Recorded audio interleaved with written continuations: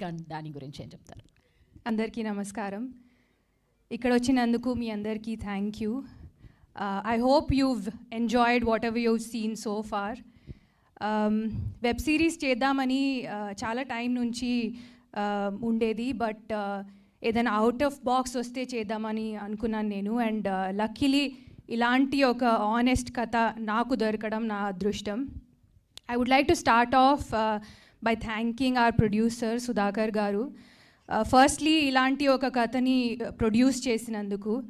He is one of the most nicest and respectful people I worked with, and manchi stories ni produce cheyali ane intention tho he started his production house Joy Films, and inka enno ilanti series and films produce cheyalani nenu manaspurtiga korukuntunnanu. I'll be looking forward to it. I would like to start off with our technical